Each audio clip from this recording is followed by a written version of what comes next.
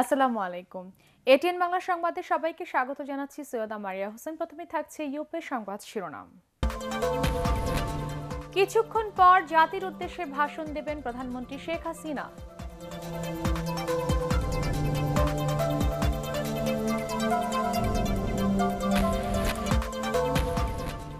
BNP অংশ না নিলেও স্থানীয় সরকার ও ঢাকা উত্তর সিটি কর্পোরেশনের উপনির্বাচন প্রতিদ্বন্দ্বিতাপূর্ণ হবে বলছে আওয়ামী লীগ।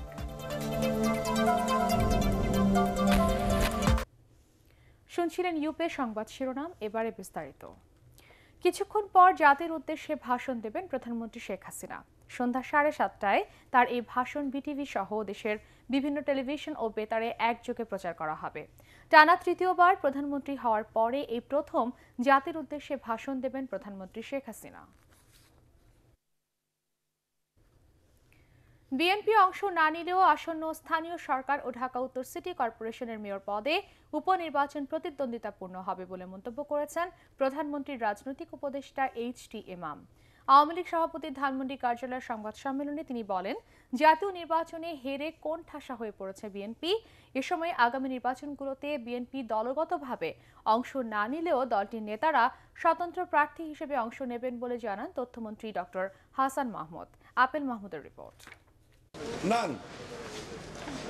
একাদশ জাতীয় সংসদ নির্বাচনে পরাজয়ের পর আসন্ন স্থানীয় সরকার নির্বাচন ও ঢাকা উত্তর সিটি কর্পোরেশন নির্বাচনে বিএনপির অংশগ্রহণ থেকে বিরত থাকার সিদ্ধান্তের সমালোচনা করেছেন আওয়ামী লীগ নেতারা। বিএনপি না আসলেও একাধিক বিরোধী দল নির্বাচনকে অংশগ্রহণমূলক করবে বলে জানান প্রধানমন্ত্রীর রাজনৈতিক উপদেষ্টা এইচ.টি. ইমাম। বুঝতেই পারছেন বিএনপি তো একটু কোণঠাসা হয়ে গেছে এবং তাদের বাইরেও অনেকেই হবে, হয়তো অন্য দলের প্রতীক নিয়েও আসতে পারেন। আমার মনে হয় যথেষ্ট প্রতিদ্বন্দ্বিতামূলক হবে। নির্বাচনে বিএনপির না আসার সিদ্ধান্তকে আত্মহননের সাথে তুলনা করেছেন আওয়ামী লীগের প্রচার ও প্রকাশনা সম্পাদক হাসান মাহমুদ। উপজেলা নির্বাচনেও যদি তারা না যায়, তাদের জন্য নির্বাচন থেমে থাকবে না।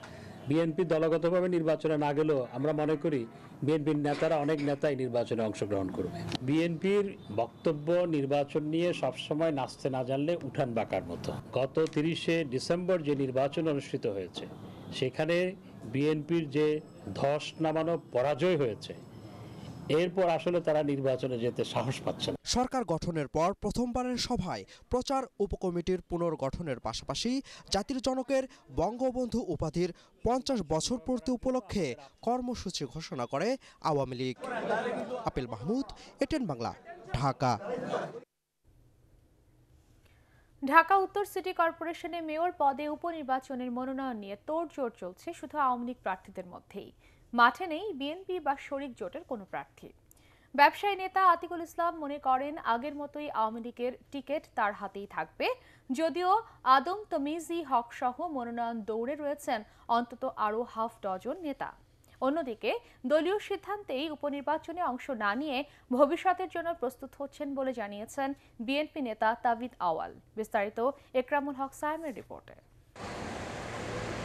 ঢাকা উত্তর সিটি কর্পোরেশনের মেয়াদ শেষ হবে 2020 সালের মে মাসে। ফলে নতুন নির্বাচিত মেয়র 1.5 বছরেরও কম সময় পাবেন।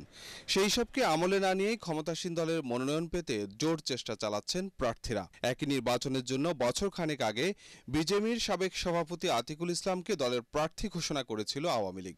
এবার পরিবর্তন আসছে কিনা এখনও পুরোপুরি পরিষ্কার হয়নি। নতুনভাবে মনোনয়ন লড়াইয়ে থাকলেও আগের সিদ্ধান্তই বহাল থাকবে বলে মনে করেন আতিকুল ইসলাম। পাশাপাশি গতবারের মতোই মানবিক ঢাকা গড়ার স্লোগান দিয়ে দলের দৃষ্টি কাড়ার চেষ্টা আদম তমিজি হকের। 2017 থেকে আমি মেয়র পদের জন্য আমি কাজ করে যাচ্ছি। ঢাকা উত্তরে বিভিন্ন জায়গায় আমরা অনেক কাজ করেও ফেলছি। তো সেই ক্ষেত্রে আজ হোক কাল হোক আমি এই পদ ইনশাল্লাহ নিবই। দল তো আমাকে নমিনেশন দিয়েছে গত 1 বছর আগেই। ইনশাল্লাহ বাংলাদেশ আওয়ামী লীগের সভানেত্রী, সভাপতি জননেত্রী শেখ হাসিনা যেটা দিয়েছেন, এটিও নিবলবল রাখবে। অন্যদিকে গেল বছর তাবিত আওয়ালকে প্রার্থী ঘোষণা করেছিল বিএনপি। আগের বারও আনিসুল হকের সাথে লড়েছিলেন তিনি। দলের মতোই উপনির্বাচন নিয়ে আগ্রহ নেই তার। আবারও প্রশ্ন জাগে যে ভোট দিতে পারবো কিনা, ভোট দিতে পারলে ভোট গণনা হবে কিনা। আমাদের উচিত ওই আগামী বছর যখন 3টা সিটি কর্পোরেশন ইলেকশন একসাথে আবার আসবে, যে চট্টগ্রাম, ঢাকা উত্তর এবং দক্ষিণ, ওটার জন্য প্রস্তুতি নেওয়া হয়তো আমি মনে করি কাম্য হবে। প্রতিপক্ষ যদি থাকে তাহলে অবশ্যই এটা এক ধরনের নির্বাচন হবে এবং অংশগ্রহণ নির্বাচন আমি বিশ্বাস করি।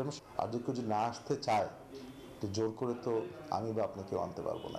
ঢাকা উত্তর সিটি কর্পোরেশনের মেয়র পদে উপনির্বাচনের ভোট গ্রহণ হবে 28 ফেব্রুয়ারি। ইকরামুল হক সায়েম, এটিএন বাংলা, ঢাকা। বিমান বাংলাদেশ এয়ারলাইন্সের অব্যবস্থাপনা ও লোকসান দূর করতে প্রশাসনকে ঢেলে সাজানোর উদ্যোগ নিচ্ছে সরকার। উপব্যবস্থাপনা পরিচালকের পদ নতুন করে সৃষ্টি করা হচ্ছে। এ পদ সহ ব্যবস্থাপনা পরিচালক এবং পরিচালক পদেও বিজ্ঞাপন দিয়ে নিয়োগ দেওয়া হবে বলে জানিয়েছেন বেসামরিক বিমান পরিবহন ও পর্যটন সচিব মহিবুল হক। তিনি জানান, শিগগিরই বোর্ড গঠনের পর এ প্রক্রিয়া শুরু হবে। নাদিরা কিরণের রিপোর্ট। উপর্যুপরি লোকসান থেকে বিমান বাংলাদেশ এয়ারলাইন্সকে বাঁচাতে এর বিপুল অঙ্কের ঋণের দায় কাঁধে নিয়ে 2007 সালে একে কোম্পানিতে রূপান্তর করে সরকার। নিজস্ব ব্যবস্থাপনায় বাণিজ্যিকভাবে গতিশীল ও লাভজনক করারও তাগিদ দেয়া হয় প্রতিষ্ঠানটিকে। কিন্তু এত বছরেও আর্থিক লোকসান কাটিয়ে লাভজনক প্রতিষ্ঠানে আসতে পারেনি বিমান। জাতীয় পতাকাবাহী প্রতিষ্ঠানটি সরকারের নানা সুযোগ পাওয়া সত্ত্বেও জবাবদিহিতায় আসেনি সেভাবে। ফলে যাত্রী সেবার মানও বাড়াতে পারেনি আশানুরূপভাবে। এক্ষেত্রে বিমানের প্রশাসনিক নিয়োগ ও ব্যবস্থাপনার দুর্বলতাকে দায়ী করেন বিমান ও পর্যটন সচিব। মন্ত্রণালয় থেকে নজরদারির কথা থাকলেও তেমন তৎপরতা ছিল না বলেও মনে করেন তিনি। এটা 100% গভর্নমেন্ট ওন কোম্পানি, কিন্তু বিমানের ভিতরে এরকম একটা কাজ করছে যে তারা স্বাধীন, তাদের দেখভাল তারা নিজেরাই যথেষ্ট, কিন্তু আসলে তাদের এই ধারণাটা সত্য নয়। আর অকপটে বলতেই হয়, আমাদের এইখান থেকে মন্ত্রণালয় থেকেও ঠিক তাদের প্রতি তাদের উপর অতীতে এইভাবে খবরদারি করা হয়নি। এ থেকে উত্তরণে এবার সরকার কঠোর হচ্ছে বলেও জানান বিমান ও পর্যটন সচিব। বিমানকে আসলে আমরা একটু ঢেলে সাজাতে চাই। বিমানে নতুন অর্গানোগ্রাম সৃষ্টি করা হয়েছে, তৈরি করা হয়েছে। সে অর্গানোগ্রামে একজন ডিএমডির পদও সৃজন করা হয়েছে। আমরা খবর কাগজে বিজ্ঞাপন দিয়ে আমরা ইন্টারন্যাশনাল বিজ্ঞাপন হবে, সেখানে নতুন এমডি ডিএমডি এগুলো আমরা নিয়োগ দেওয়ার চেষ্টা করব। সচিব জানান, নিয়োগ প্রক্রিয়ায় কেবল দেশি নয়, যোগ্যতার মাপকাঠিতে বিদেশিরাও আসতে পারে এ পদে। পরবর্তী বিমান বোর্ডে এই বিষয়টা প্লেস করা হবে। তাদের অনুমোদন পেলেই আমরা খবর কাগজে বিজ্ঞাপন দিয়ে আমরা নিয়োগ প্রক্রিয়াটা শুরু করব। আমরা চাইব দেশের মানুষদের অগ্রাধিকার দেওয়ার জন্য। যদি দেশে না পাই তাহলে বাইরে আমরা দেখব। গত 20 ডিসেম্বর বোর্ডের মেয়াদ শেষ হওয়ার পরই নতুন বোর্ড গঠনের কথা থাকলেও জাতীয় নির্বাচনের কারণে কিছুটা দেরি হলেও আগামী কয়েকদিনের মধ্যেই বোর্ড গঠন হবে। ফলে আন্তর্জাতিক গণমাধ্যমে বিজ্ঞাপন দেওয়ার প্রক্রিয়া শুরু হতে যাচ্ছে অচিরেই। নাদিরা কিরণ, এটিএন বাংলা, ঢাকা। ডাকসু নির্বাচনের তারিখ ঘোষণার পর ক্যাম্পাসে কর্মতৎপরতা বেড়েছে ছাত্রলীগের। তবে ছাত্রদল সহ অন্যান্য সংগঠনের নেতাকর্মীদের উপস্থিতি এখনও নেই। এ অবস্থায় নির্বাচন সুষ্ঠু না হওয়ার আশঙ্কা করছে বেশিরভাগ সংগঠন। তবে প্রার্থীদের নিরাপত্তার আশ্বাস দিয়েছে কর্তৃপক্ষ। রিপোর্ট করছেন হাবিবুর রহমান অভি। নির্বাচনের তফসিল ঘোষণার পর থেকেই ক্যাম্পাসে স্লোগান আর মিছিলে ব্যস্ত ছাত্রলীগের নেতাকর্মীরা। এর বিপরীতে ছাত্রদলের গুটি কয়েক নেতাকর্মীর আনাগোনা কেবল টিএসসি ক্যাফেটেরিয়া সহ নির্দিষ্ট কিছু জায়গায়। আর বাম সংগঠনের কার্যক্রম মধুর ক্যান্টিনের আড্ডায় সীমাবদ্ধ। তবে নির্বাচন শেষ পর্যন্ত হবে কিনা এ নিয়ে সন্দিহান বেশ কিছু ছাত্র সংগঠন। ভোট কেন্দ্রগুলো হলের ভিতরে থাকলে আরেকটি 30 ডিসেম্বরের নির্বাচন হবে। সহাবস্থানকে কেন্দ্র করে কিন্তু এখন পর্যন্ত কোনো ইনিশিয়েটিভ নেওয়া হয়নি।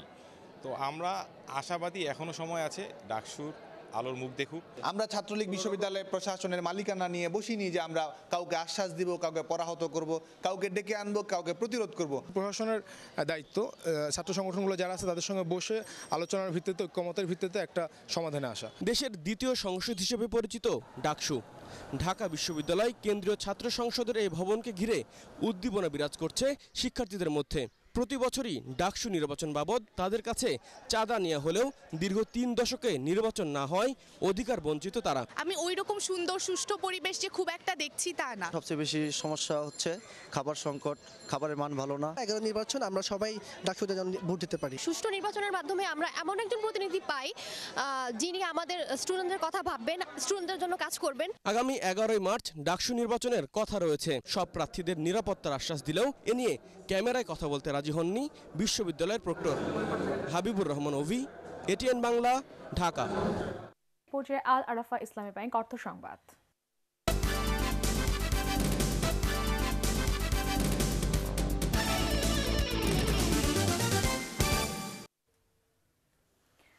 টিকেটিং ও ট্রাভেল এজেন্ট অফিসার কোর্সের সার্টিফিকেট বিতরণ করেছে এইচপি এভিয়েশন ট্রেনিং সেন্টার। বিকালে রাজধানীর বাংলা মোটরে একটি রেস্টুরেন্টে আয়োজিত অনুষ্ঠানে কোর্স সম্পন্নকারী শিক্ষার্থীদের হাতে সার্টিফিকেট তুলে দেন প্রতিষ্ঠানের প্রতিষ্ঠাতা পরিচালক জাকি এস বারি। অনুষ্ঠানে ট্রাভেল এজেন্সির সাথে সম্পৃক্ত প্রতিষ্ঠানের প্রতিনিধিরা উপস্থিত ছিলেন।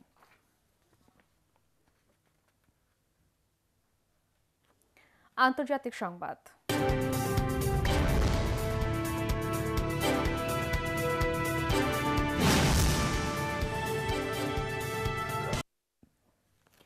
রাজনৈতিক অচল অবস্থায় ভেঙে পড়েছে ল্যাটিন আমেরিকার দেশ ভেনেজুয়েলার শাসন ব্যবস্থা। প্রেসিডেন্ট নিকোলাস মাদুরোর সরকারকে অবৈধ দাবি করে নিজেকে অন্তর্বর্তীকালীন প্রেসিডেন্ট ঘোষণা করেছেন বিরোধী দলীয় নেতা হুয়ান গুয়াইদো। ঘোষণা দিয়েছেন ক্ষমতায় এসে মাদুরোর অপরাধ ক্ষমা করে দেওয়ার। হুয়ান গুয়াইদো সমর্থন করে তার পাশে থাকার ঘোষণা দিয়েছেন যুক্তরাষ্ট্র, কানাডা ও যুক্তরাজ্য সহ কয়েকটি দেশ। তবে নিকোলাস মাদুরোর সরকারকে বৈধতা দিয়ে তাকে সমর্থন করেছে চীনা, রাশিয়া এবং তুরস্ক। এ পর্যায়ে পার্টেক্স খেলার খবর।